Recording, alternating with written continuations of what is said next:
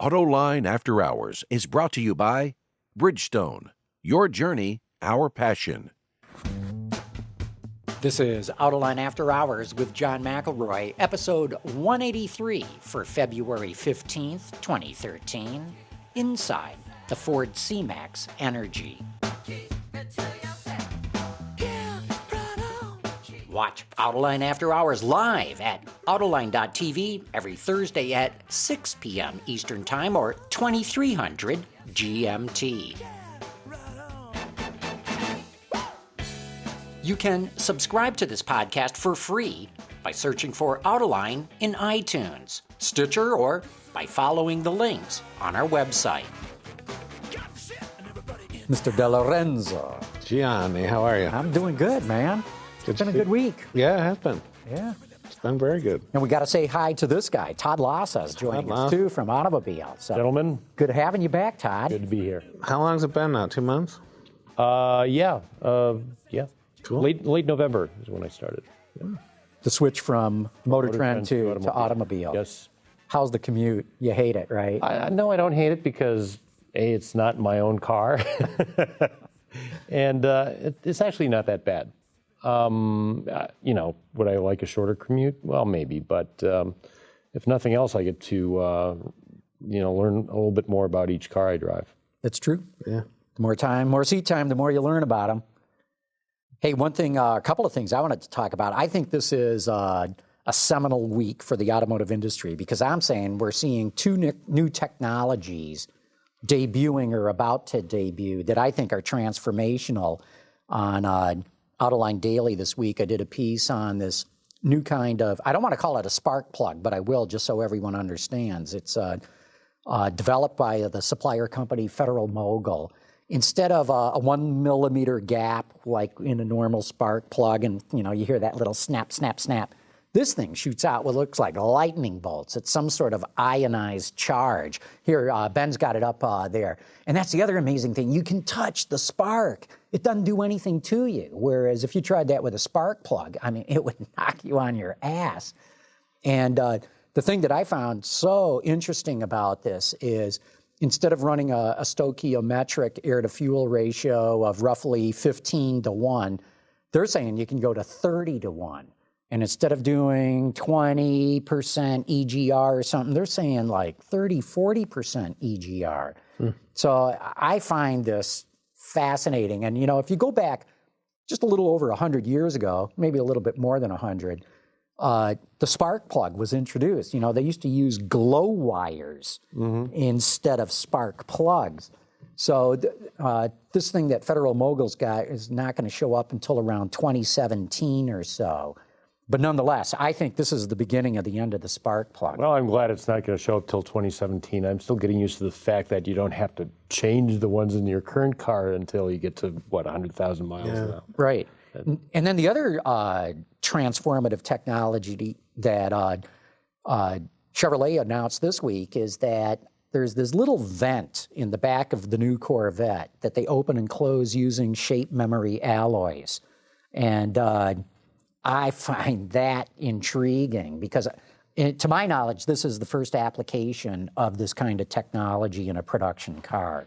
I still have my little sample spring. I think this is the same thing. It is. Yes, they at a tech presentation probably a year and a half, 2 years ago or something, they handed those out. And wow, that's... Well, I know for a fact they've been working on this for over 5 years. Sure. Not for the flapper valve in the vet, but on these shape memory alloys. Shape memory alloys. So I just mentioned that because, to me, these are transformative technologies. And I think it's worth noting when the auto industry adopts something or is about to adopt something that's never been used before.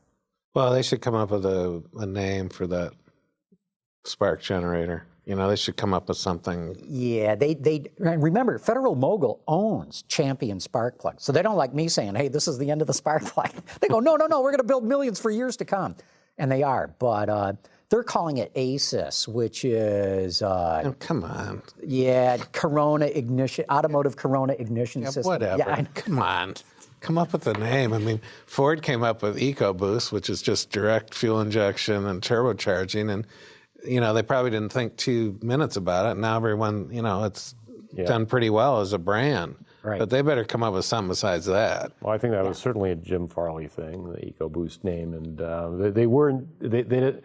When they showed us that technology, they went several months, you know, without having a specific name for it. I remember Derek Cusack talking about that at a big. There was another name before EcoBoost. Was there? Yeah. But it was like an engineering, it came out of Yeah, engineering, not out of marketing. Sure. Yeah, And well- same with this ASUS. It's coming out of Federal Mogul's engineering, not their I'm out of marketing. Federal Mogul. You got 5 years. Let's come up with something. You know, the bigger picture thing is that this Federal Mogul technology is just another example of how, no matter how much we talk about electrification of automobiles, how much we talk about, you know, well, now Mercedes and Ford and Nissan are working on fuel cells for 2017. There's still a lot of life left in the internal combustion engine. Oh, we'll be having ICs till 2050. Of course, of course, and that's the point, is that you know, no matter how much we kind of limp forward to these alternative technologies, these alternative power plants, you know, you can get to what you need to do, emissions and fuel economy with. Absolutely, Todd. And as I've been arguing for years now, the real problem's with the fuel. Yeah. I mean, you know, we're on the verge of being able to come out with lower carbon fuel. So, you know, instead of just putting the onus on the automobile to clean everything up, you know, we got to put more of the onus on the oil refiners to start coming up with cleaner fuel, and that could make a huge difference. Don't get me started on the oil refiners, on big oil, because that's been a problem for a long, long time. Look at how much arm twisting it took to get them to lower sulfur in U.S. diesel, and you know, clean that up. Yeah. Big fight. That's right. Yeah. Hey, another thing, I don't know if you guys have seen it yet, but I finally got a copy of Ed Whittaker's book, you know, former CEO and chairman of General Motors. The fictional account of his years at General Motors. A bunch of bullshit. Well, it was kind of interesting. You know, this has already come out, how much he wanted Mark Royce to become the next CEO of the company. We'll give him that. That's worthy of some. But the other thing that Congratulations. I was shocked to see is he doesn't have a lot of good things to say about Bob Lutz in the book either. So I think once this thing really gets out there, everybody at GM's going to be running to see what he's got to say. Well, the recount of how the board actually made the decision to give Ackerson the job is just embarrassing. It's embarrassing. It's supposed to be one of the corporate icons, certainly of America. It used to be a corporate icon of the world, and they're just kind of fumbling around. Well, who wants it? And Ackerson, you know. Well, he wanted it from day one, is what Whittaker says in his book. In fact, we're going to have Whittaker in the studio here next week. He's as part of his book tour. Oh. So I think there's more to the story than what he's put in the book. I think he's being a little kind to some of the people who are still there. But I found it interesting that he even went after Bob Lutz, saying that he figured in his walking around the company that Bob Lutz's job was simply to sit around and give his opinion to people. So he takes him on pretty hard. It's kind of interesting to me. I think if you look back at Bob Lutz's second career at General Motors, this last decade, basically, I mean, I like a lot of. We all loved him because of the stuff he said. We all loved him because, as journalists, that is, because he was very quotable. He'd leak some stuff to us, and he was mostly leaking stuff that he was trying to get past.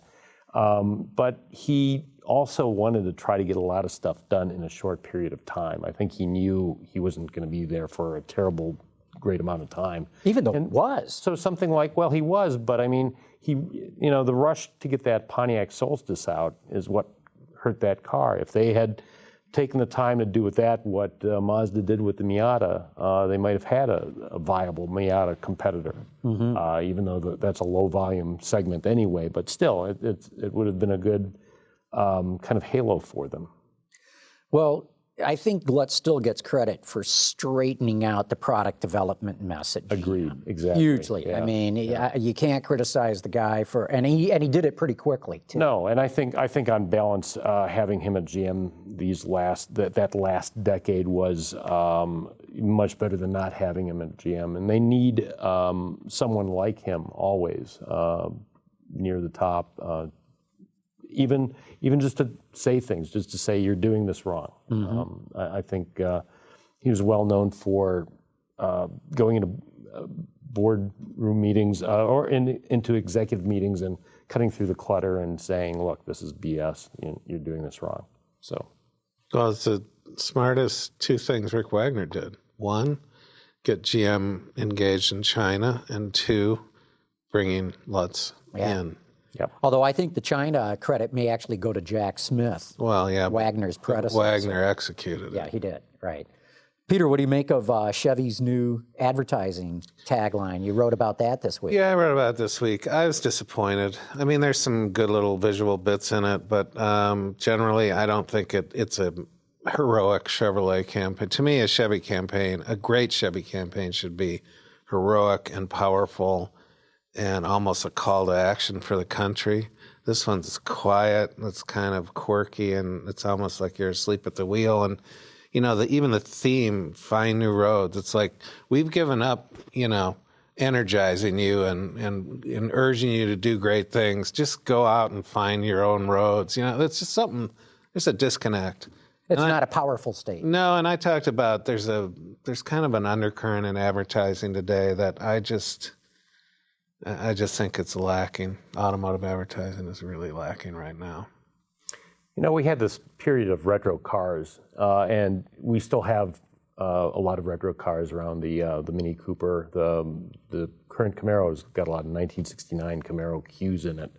Why not just bring back baseball, hot dogs, apple pie, and Chevrolet? I mean, that's better than anything they've done. Well, they've had three great campaigns. See the USA in your Chevrolet, Dinah Shore. Even better. Yeah, baseball, hot dogs, apple pie, and Chevrolet, and the Heartbeat of America. And my friend Jerry Burton came up with that line for a motorsports brochure or a catalog, promotional thing, and it was plucked and turned into the campaign. And maybe Like Iraq was, maybe second tier. And that was trucks only, wasn't it? Yeah, it was trucks only. And I predict they'll bring it back for the Silverado in the fall because they just, they couldn't come up with anything better than that. But, this campaign's just, it's lacking. And that's all there is to it. I mean, there's some nice visuals in it, but it's just so matter-of-fact, quiet. And some would argue, oh, well, that's the times, bull, come up with something. Come up with something, get people jacked. This apologetic, please try one of our cars and go out and find your own, come on. What's Toyota's? Because it almost sounds a lot like Toyota's. I'm forgetting it's so memorable.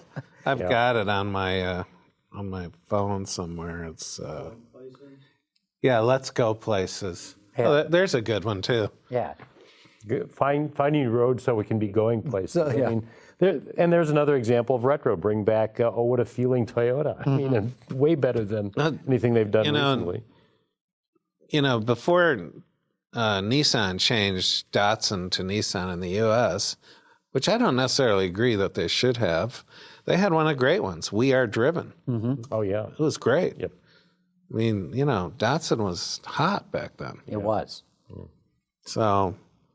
And then they used to have Keep It Simple, and they can't say that anymore. Yeah, and then I mentioned the famous Somewhere West of Laramie ad for the Jordan Playboy. Now, all the negatives came out. So, wow, Jordan went out of business. Yeah, well, that has nothing to do with a great line, a great advertising campaign. I mean, the car, he fumbled his way to oblivion, but that was a great.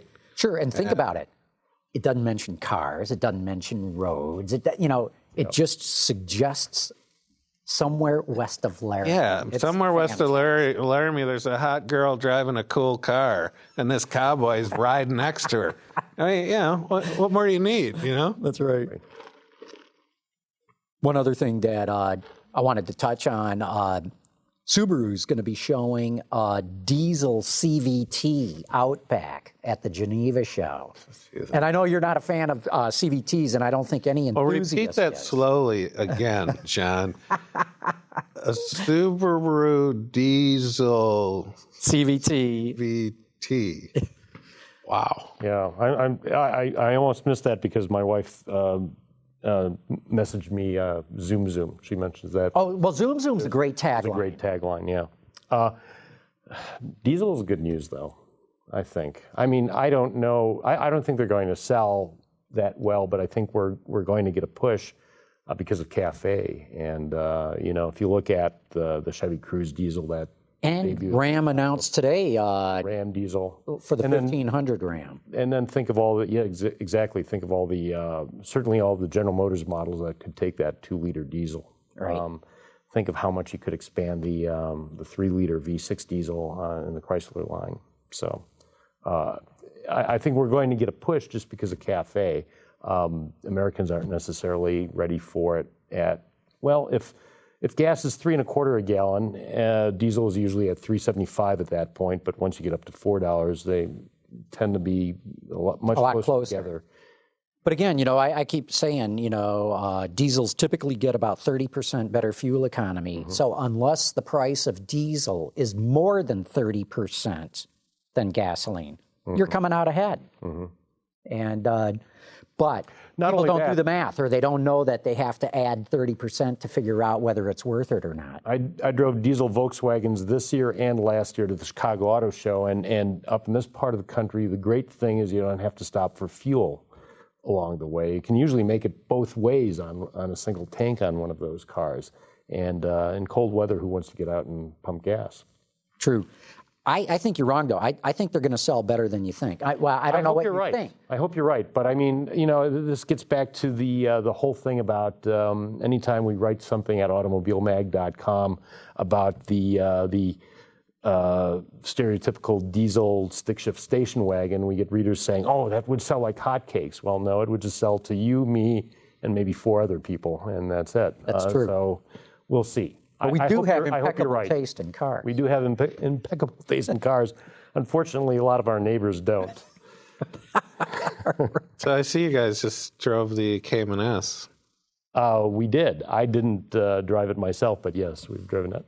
My contention is that you go to the site, you know, that Porsche released those photos of the new 911 and the original 911. It was shocking. The difference. Oh, shocking. But in size. Yeah, my contention is the Cayman S and Boxster are the new driver's Porsches, if you really want to drive. I mean, closer to the original. Especially the Cayman and the Cayman S, because the size, the coupe, you know. And by the way, I need to mention that was a Jörg Cocker story, and of course he drives everything. He drives those cars before Porsche executives get to drive them, which is why one of the reasons we're very happy to have them. But well, it all gets back to the whole idea of inevitably, what would you rather have, a mid-engine Porsche or a rear-engine Porsche? And as much as Porsche has done with that certain rear-engine car, the mid-engine one is the one I would choose hands down. Yeah. Agreed. Hey, why don't we take a quick commercial break, and let's get our guest John Davis to come on the show. So Ben, let's give a shout out to our friends at Bridgestone. So joining us now, John Davis from Ford Motor Company. Great having you on After Hours. Thanks for having me here, John.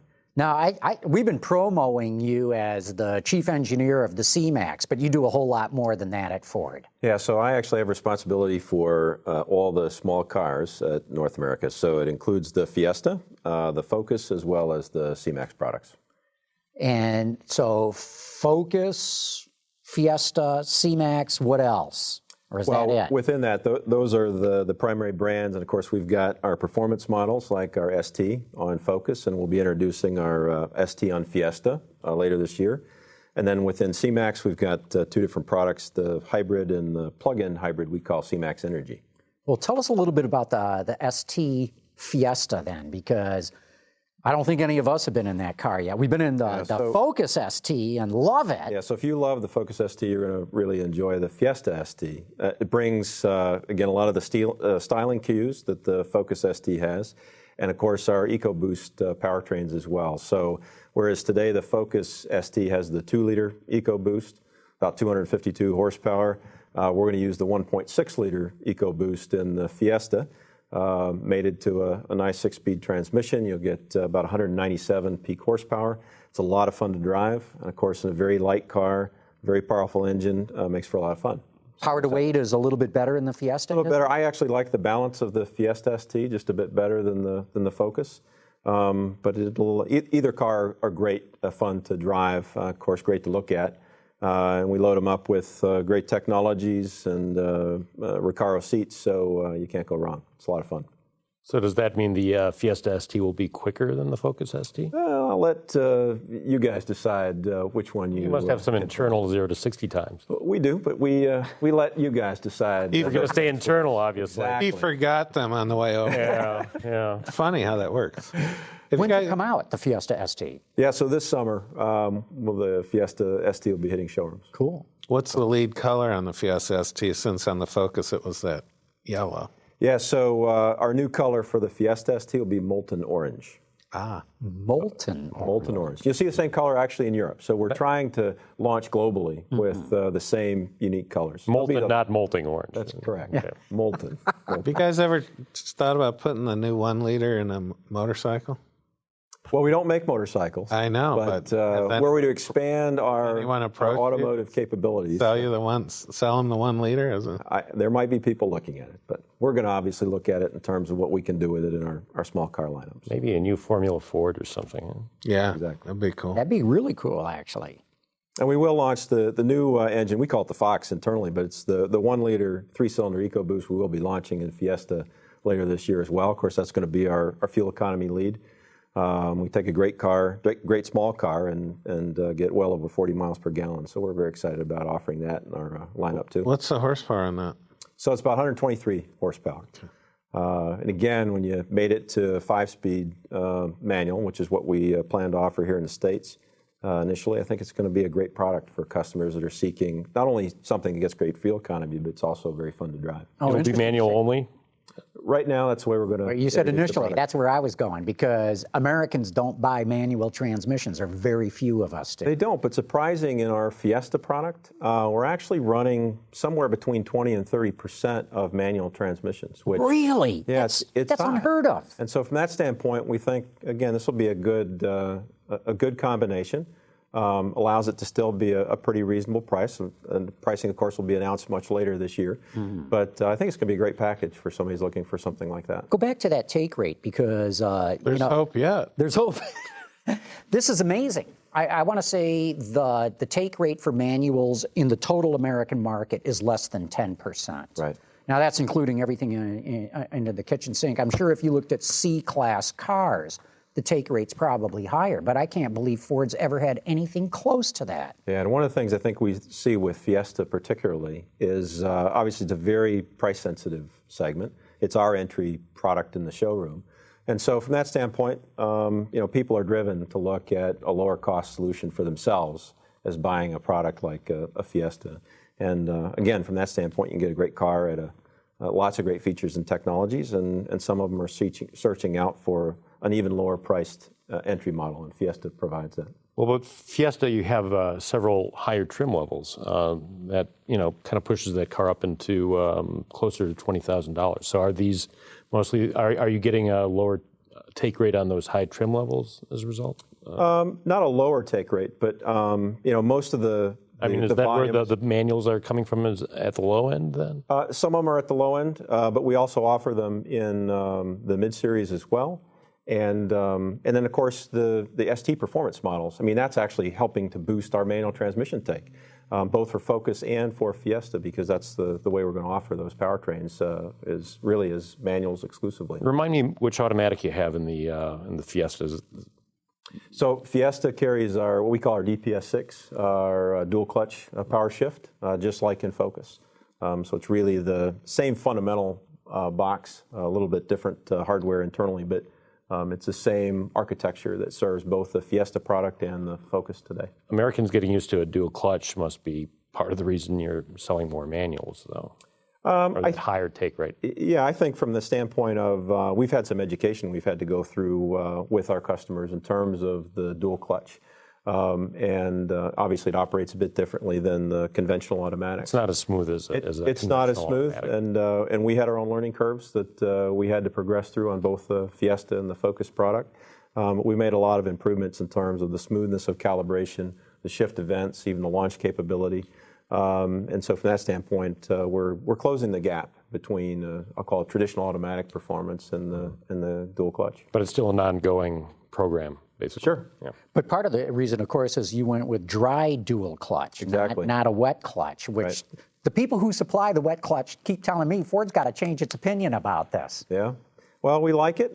We think it adds an element of fuel efficiency to both of our vehicle lines, and that's part of our enabler to getting 40 miles per gallon on both the Fiesta and the Focus from a superfueler perspective.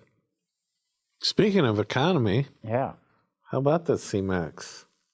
Yeah, so the other product you've got in the studio today is our C-MAX Energi, which is our plug-in hybrid vehicle, and it's really a one step beyond our conventional hybrid that we launched last year in C-MAX. First time we've ever launched a brand in North America exclusively as a hybrid, and we really wanted to do it in two flavors. So the C-MAX Energi takes all of what makes the hybrid great and makes it even better from the standpoint of providing a moderate distance, about 20 miles of full electric capability. And then once you're done with that plug-in power, it moves seamlessly into hybrid mode. And so from the standpoint of people who want the ability and have the ability to plug their vehicle in, place of work, at home, wherever they're going during their day, it gives you that opportunity to actually drive this vehicle under moderate distances as a full electric vehicle. And that was really an important element from the standpoint of providing this capability. Clearly, hybrids will be the volume lead as opposed to plug-in electric vehicles. But the C-MAX Energi is one of those vehicles that then can really allow you, again, under moderate distances to operate as a real electric vehicle and then not have the range anxiety that you might have otherwise for a traditional electric vehicle. And do you think more buyers will go with the hybrid versus the plug-in simply because of cost or the hassle of having to plug in or what? I think some of it's going to be the unknown about the technology for some of the customers that may be a little bit more hesitant to adopt this kind of technology. But we see this as going to be maybe say about 20% or 15% of our total C-MAX lineup, and we'll see how that matures. The irony is the way the federal incentives, tax incentives go right now for plug-in vehicles, and even more so if you live in a state like California, you can actually acquire a fully equipped C-MAX Energi for a less price than a C-MAX hybrid. Wow. Because the battery size, of course, is what dictates the federal incentive. So the C-MAX Energi with a 7.6 kilowatt hour battery gains you about $3,750 of a tax incentive. And the state of California offers another $1,500. So if I compared the two, our SEL C-MAX hybrid, which retails at $28,995, you'd actually come in about $500 or less than that if you were to purchase the C-MAX Energi. So the Energi, the plug-in, is what, about $5,000 more, or how? Yeah, so equivalent trim levels. The hybrid starts at $28,995 for our SEL, which is our high trim series. Base price is $25,995. The SEL Energi, we only offer it in one trim level, starts at $33,745. And so that's before the federal incentive. And that knocks it down to basically just below $30,000 for a retail customer. So it's a great value from that standpoint if you get all this technology, the ability to really drive an electric vehicle. Some of the things maybe we can talk to you about in terms of the features and technology on the vehicle. So from an exterior perspective, of course, it looks just like the C-MAX hybrid, but it's got obviously the plug-in feature. On the right, or the driver's side fender, you're going to note the plug-in port, of course, executed just like our battery electric Focus. And it's got the charge port light ring that gives you immediate feedback in terms of what the charge state of the vehicle is, and actually will pulse to tell you what quadrant or what sort of 25% of the battery you're charging up right now. We made that really easy to use. It's got kind of a novel opening door. The rest of it's really back to the utility of the car. From the standpoint, again, C-MAX Hybrid provides lots of interior spaciousness. That's what we really see as the surprise and delight from our customers. In terms of how you can utilize the vehicle quite easily, we've got a one-handed operation to flip and fold the rear seat. And it's nice because you don't need really two hands to maneuver that seat down to make it flexible to put a variety of objects into the vehicle. And then, of course, lots of storage space. We've got hidden storage in the floor. We've got all kinds of cubbies to put your belongings in.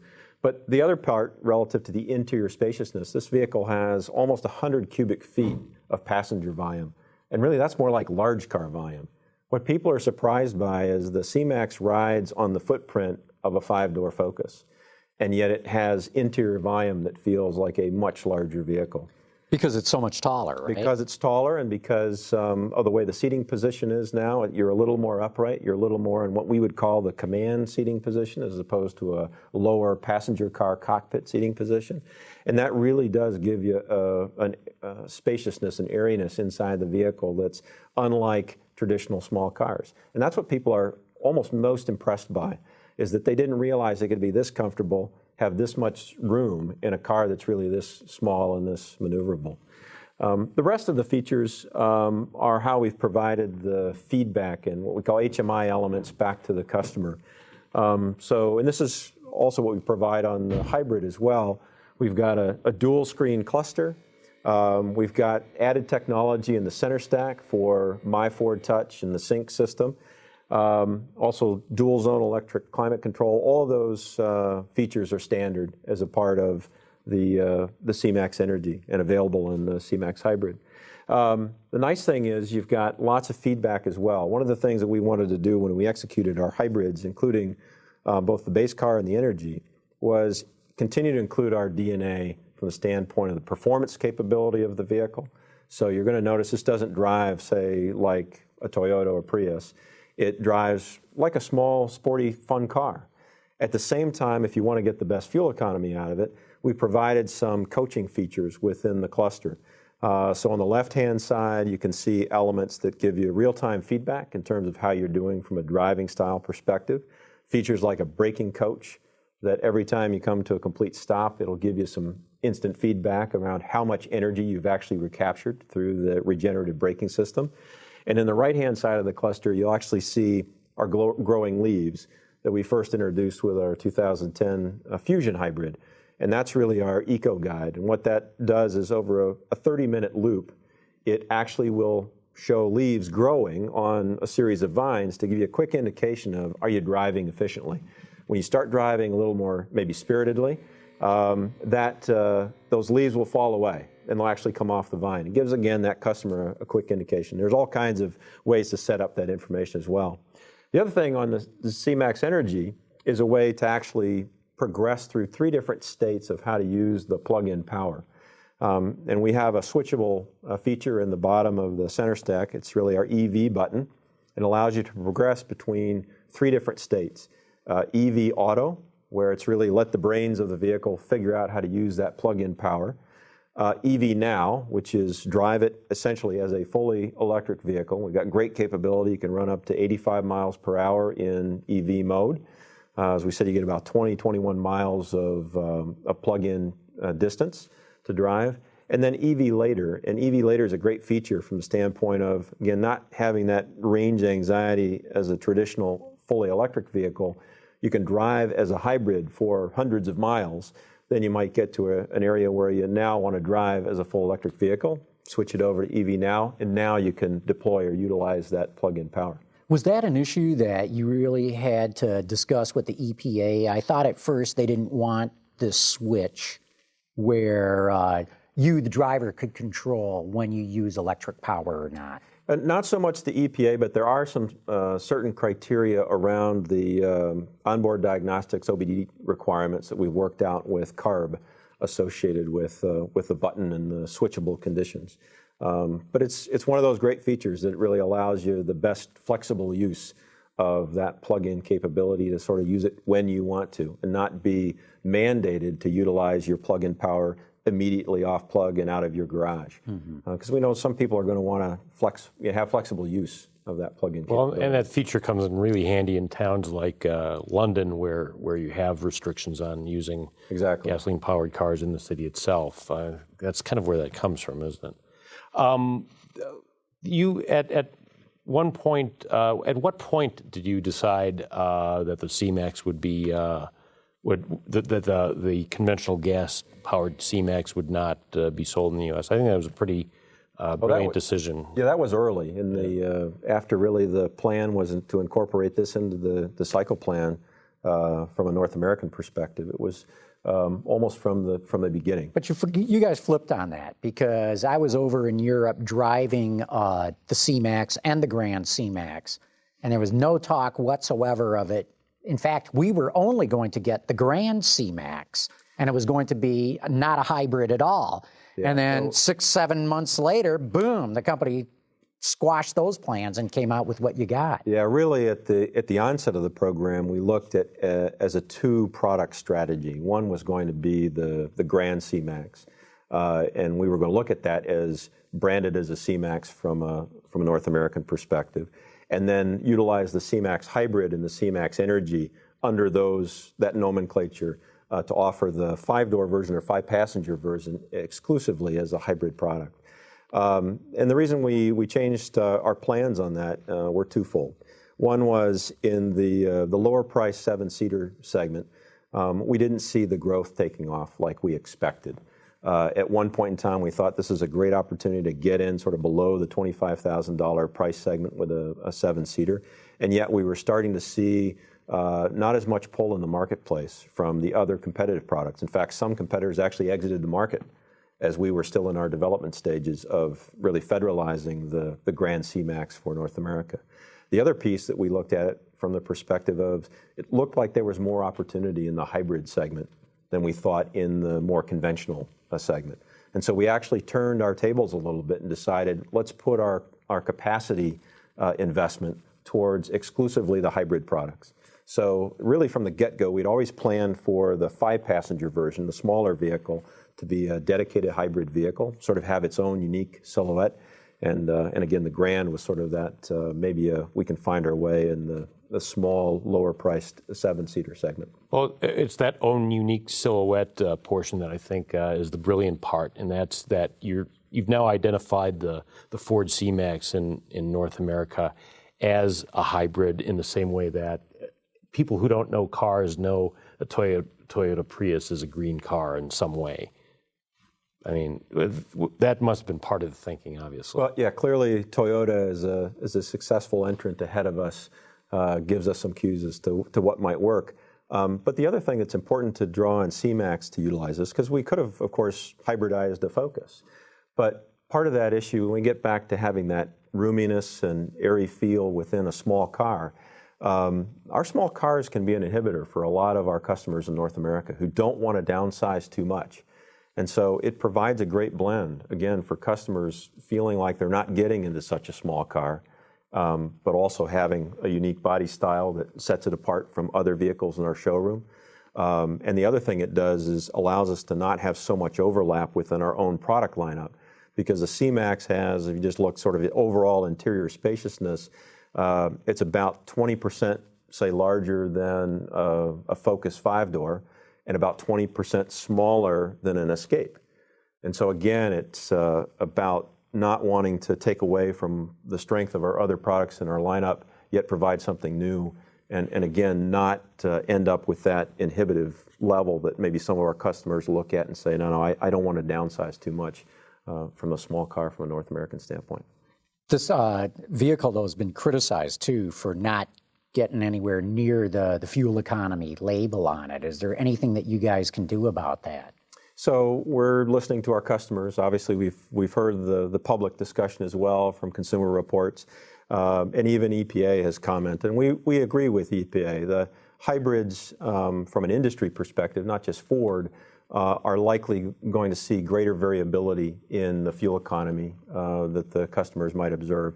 And we know that's going to be for a variety of reasons. Some of it's going to be for driving style that doesn't match the EPA trace, if you will.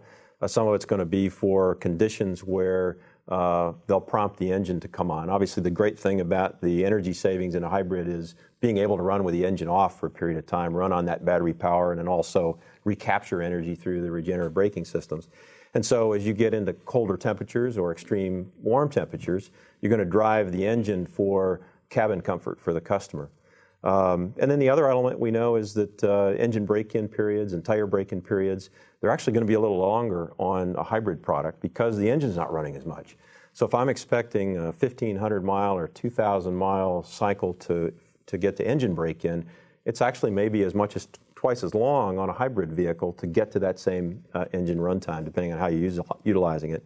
So we've talked about the fact that if I look at C-MAX and Fusion Hybrid that share the same power pack, under those operating conditions, if you're going to drive at higher speeds, say 75 miles per hour instead of 65, you might lose as much as 7 miles per gallon.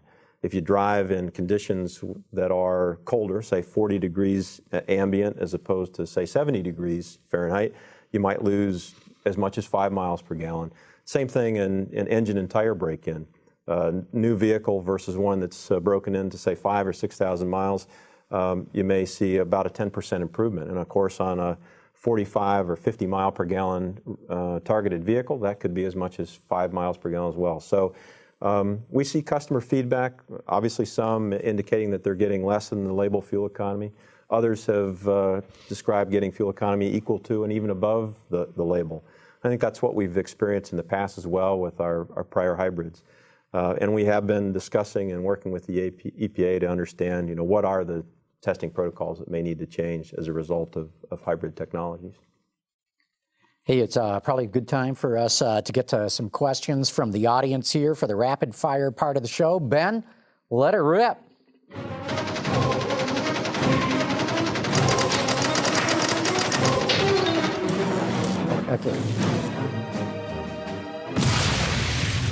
Okay, here's the rapid fire part of the show. George from Brooklyn wants to know, John, does the C-MAX grill close? Yeah, so we have active grill shutters in the C-MAX, and they're actually behind the visible part of the grill, and they are designed to close at various operating conditions to improve aero efficiency. And so, yes, we do have them. They're standard equipment, as we do a number of aerodynamic technologies and features in the car. Sean P. Walsh from Arlington, Virginia says, last week in the discussion of the Audi prom commercial, Gary Vassilash asked what dad would give his son the keys to a car like that. Heck, in Peter's case, he would have gotten them from Bill Mitchell. Failing that, he could always borrow his sister's Camaro. Yes. So that's a pretty good one. Mike D. White says, will you be sticking with the PowerShift dual clutch transmission in the future, or will it be phased out for other types of transmissions? Yeah, no, we plan to stick with the dual clutch transmission. We think it's a good technology from the standpoint of balancing performance and fuel economy. As I mentioned earlier, we've had our learning curve to work through, and actually it's been a good performer for us. So from the standpoint of being able to provide a balance in terms of an auto transmission-like feature, as well as improved fuel economy, I think it's a good solution for us right now. Todd, I'll throw this one to you. VRM Chris wants to know, does Geely really know what they're doing with Volvo, or are they really that incompetent? If Geely gets rid of Volvo, they probably know what they're doing with Volvo. The problem is, a couple of years ago when I was at Motor Trend doing the Power List, I think it's Li Shifu is the chairman. Yeah. I gave him credit for saying he was going to let people at Volvo run Volvo, let them do that. Now maybe he's learning that if they keep Volvo production in Sweden, the costs of doing that are way too high for a company like Geely. Yeah, could be, because the rumor's out there through Michael Dunn that Geely's going to dump Volvo.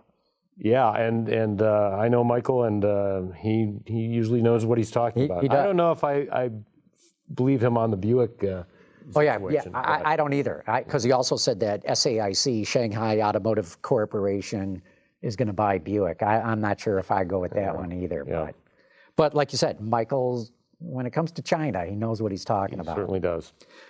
Peter, Tom Serbo from Clearwater, Florida says, I follow Tommy Kendall and know him as a race driver in the SRT Viper. I'm wondering how their number 93 Viper did at the Daytona 24-hour race. Nowhere, and I mean nowhere, is there information as to whether the Viper finished and whether Tommy himself has any seat time in the race. You know, it was MIA. I didn't even hear one thing about it. So very interesting. I know that program is, they've got some difficulties with that program. They've been given allowances by IMSA to make them competitive, but it remains to be seen what's going to be the future for that program. And I'll throw you this one too. This comes from Admiral Akbar. He says, why has GM stuck with pushrod motors? Everyone else is going with overhead cams, but GM still goes with the pushrods. Well, that's just a different perspective. I mean, GM pushrod engines are quite sophisticated and outstanding performers and with decent fuel economy. So, it's hard to argue. I mean, when you go to the non-pushrod motors, you're adding weight and you're adding mass at the top of the engine, higher center of gravity, more complication. Harder to fit under certain hoods. The pushrod engine is to GM what the 911 is to Porsche. Keep refining it, keep improving it. They've done a good job. And V8s are becoming pretty low volume these days, so why not stick with what you're doing well? Yeah, I'd add two things too. Supposedly doing cylinder deactivation is much easier with push rods, and I can tell you for a fact they're a lot cheaper to manufacture. Yeah. So you can put that money elsewhere. And they'll be adding gas direct injection as well. Yeah, the new Corvette has the latest small block. Let's see, Right Knight wants to know, I'll throw this to you, John, why on cars like hybrids and electrics is the large energy source of the free turning wheels not being used for some kind of small charging for various components? That's a good question. I guess I've never looked at that end of it. Obviously, we are focused on recapturing energy from the perspective of the brake system or simulating the brake system, which is what we really do to capture it. And we do encourage, obviously, as much coasting as possible to gain as much efficiency. But that's a good point. I don't know if we've looked at that end of trying to recapture energy out of it through a magnetic system or something like that. Glenn Strauss says, I live in Pennsylvania. Here, the state taxes the hell out of diesel. It currently costs, on average, 20 to 30 cents per gallon more than premium. Currently, diesel is selling for over $4.20 a gallon. With that cost, the fact that a diesel on average sells for more than a similarly optioned gas-engined auto, and most diesels are higher in maintenance costs, it makes the decision to purchase a diesel a little more difficult. I get his point, but I would say look at the price of gasoline, go ahead, use premium, add 30% to it. Get out a calculator, it makes it easier to do. You'll find that it's substantially higher than $4.20 a gallon, I'm betting. It's probably going to come in at $4.60 a gallon.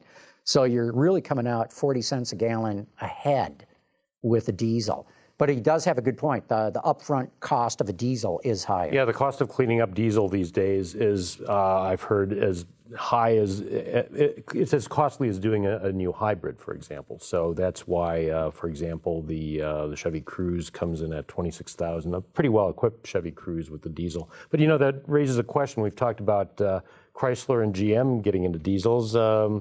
John, while we've got you here, Ford is heavily invested in EcoBoost, which is gasoline direct injection with turbocharging. Right. What do you see the future for diesels outside of heavy-duty trucks? So obviously in Europe, they they fare very well, but part of that is related to the fuel tax structure, depending upon which market you're in.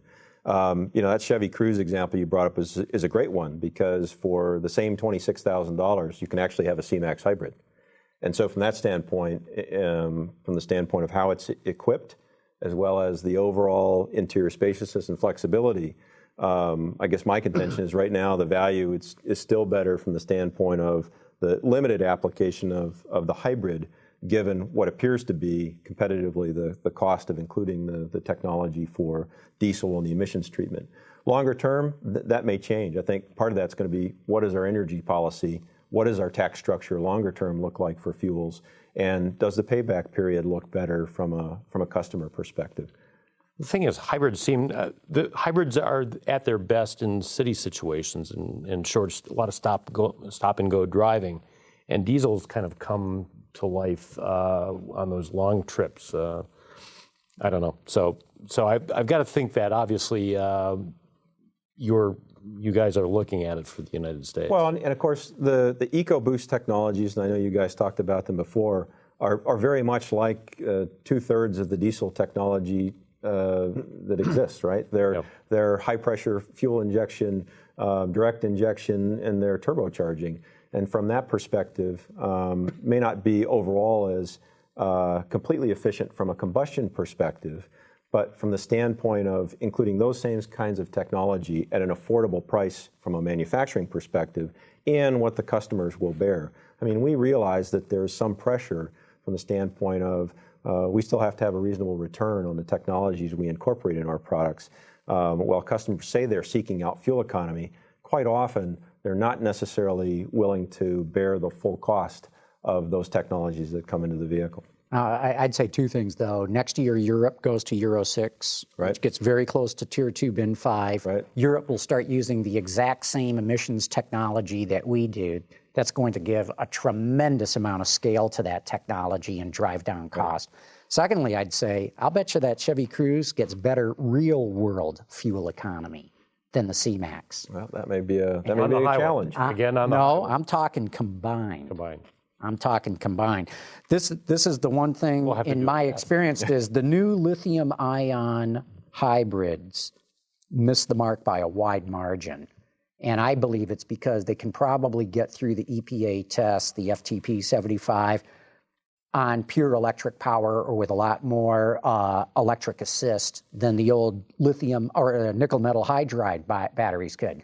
I was always amazed that the nickel metal hybrids nailed the fuel economy number. I mean, it didn't matter if you drove them easy or they nailed the number. In my experience, and I'm not just saying the Fords, this is true at Toyota, this is true of the rest of them, the lithium ions don't deliver it. And I'd say, and we had this argument or this discussion last week, small displacement, turbo engines don't get the numbers either, real world. That's why I'm betting on diesels. Boy, do they deliver. So we'll see. We'll see where it goes. Let's see. CD Nay says, does anybody make a CVT diesel? We just talked about that. Yeah, Subaru is going to show us a CVT diesel at the Geneva show.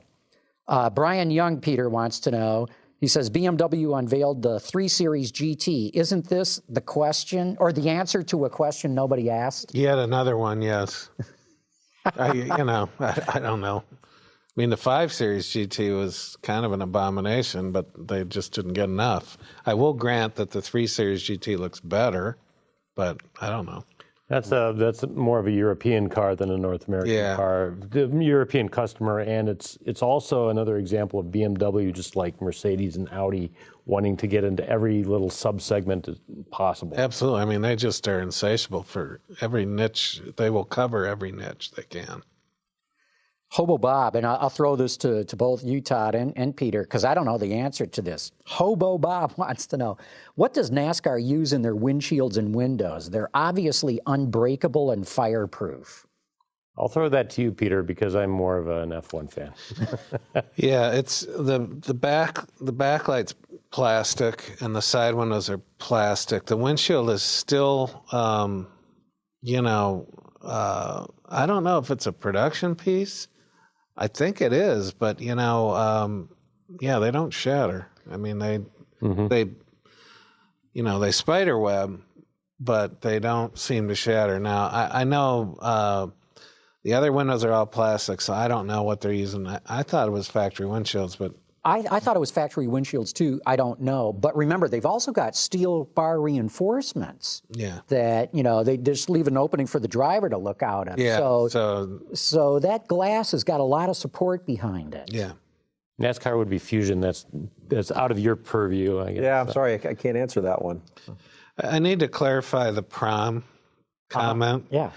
For the record, I didn't go to my senior prom. I went to the Grandy Ballroom to see Iggy and the Stooges, followed by Three Dog Night, followed by the headliner, Creedence Clearwater Revival. Oh, my God, what a concert. Yeah, it was awesome. The Grandy. It doesn't exist anymore. No. It's gone. John, back to you. Jerry Highwater wants to know, how about a Fiesta and/or Focus two-door coupe here in the USA? There is some interest, obviously, in those products. We continue to hear it, much like we also hear people want us to bring back Focus wagons. Right now, the big buying public in those segments are looking for more traditional sedans and hatchbacks. So it's not that there aren't, there isn't any desire for them. They just are pretty low in terms of the overall demand for either the segment in B-car Fiesta-sized vehicles or Focus-sized vehicles. But we still make, products like the three-door hatchback for Fiesta in Europe, and that's certainly something that's available to us. If we see the segment trending differently, it's something we can do. And if you could bring back those Focus wagons, install a diesel and a manual, you'd sell them by the dozens. Yeah. At least to you and John. Yeah, that's right. No, I want mine with a CVT. There you go. Hey, Chip's signaling me here. There's one more thing that you wanted to show us in the C-MAX here? Yeah, so the app or? So one of the great technologies that we've included, and we started this with the battery electric Focus, was our app we call My Ford Mobile. And so what this is it's the opportunity to get connected with your plug-in vehicle from Ford. And so in this case, you can actually get an image of the C-MAX. We'll get an update here in terms of the data, but it tells you as an example, is it plugged or unplugged, what the charge state of the battery is, even what the fuel gauge reads. And the other thing it's got is some great features in terms of setting it up. So you've got elements from being able to locate your vehicle in terms of if you've left it somewhere in a parking lot and maybe you've had an interesting evening, you have to go back and find your vehicle. But also some other elements. You can set up go times to precondition your vehicle, set a starting temperature, and use plug-in power to precondition the vehicle as opposed to the engine power once you start driving, or battery electric power. So it's got some great features in it. It's also got the ability to locate charging stations with a map service within it, and also the ability to remotely lock and unlock your car, pre-start the vehicle, et cetera. So it's a great new feature we've introduced. It's actually going to be out in the Apple store later this month, and will be available to all of the C-MAX Energi as well as the Fusion Energy customers, and obviously battery electric for the Focus. So it's a great app, and it allows connectivity to your car and a way to plan better, really, about how you utilize your energy. The other thing that's hidden within this, and you can set this up in your vehicle as well, is value charging. So we actually map out 800 power services around the country and identify the most favorable charging times where you've got off-peak charging hours that you can take advantage of. So if you can charge your car overnight between 11 p.m. and 1 a.m., if that's the non-peak hours, you can actually realize a better benefit in terms of charging it at home or wherever that location is. And that could be a significant savings in terms of electrical charging. Yeah, depending on where you are in the country. Right? Some areas are pretty flat, but other areas have very high peak costs. And if you can move it off of those peak hours and set yourself up this way, it's a great way to continue to save money and get an electric vehicle. Yeah. Okay, we got time for one more here. And Peter, this goes to you. It's from Danny Boy in Independence, Ohio. He says, it appears Mr. Panos has hit the ground running with the Delta wing. Any suggestions to Mr. Panos on how to ensure the wing is successful And where will the wing land? Actually, it's not very promising for the Delta Ring because all the key players have bailed, and the latest and the most critical is Michelin tires is not going to be involved. And believe me, Michelin's involvement was key to the success of that program. And you know, I hate to say it, but I think Don's kind of chasing at Windmills with this project, and you know, I'm not optimistic about it at all. Very interesting. Well, that's probably a good note to end this up on. But John Davis, thanks for coming in on After Hours. Thanks for having me. Appreciate and it. especially for bringing a C-MAX into the studio. Thank you. We love having cars in Good. here. Glad to be here. Todd, great having you back, as always. John, we'll good see you to again be in the future. And Peter, catch you again next week, man. Absolutely. And thanks everybody else for having tuned in. Autoline After Hours is brought to you by Bridgestone. Your journey, our passion. Visit our website, Autoline.tv, where you can watch us live Thursday nights at 6 p.m. Eastern. Get your daily news fix with Autoline Daily and in-depth analysis and interviews with Autoline This Week. There's all that and much more at Autoline.tv.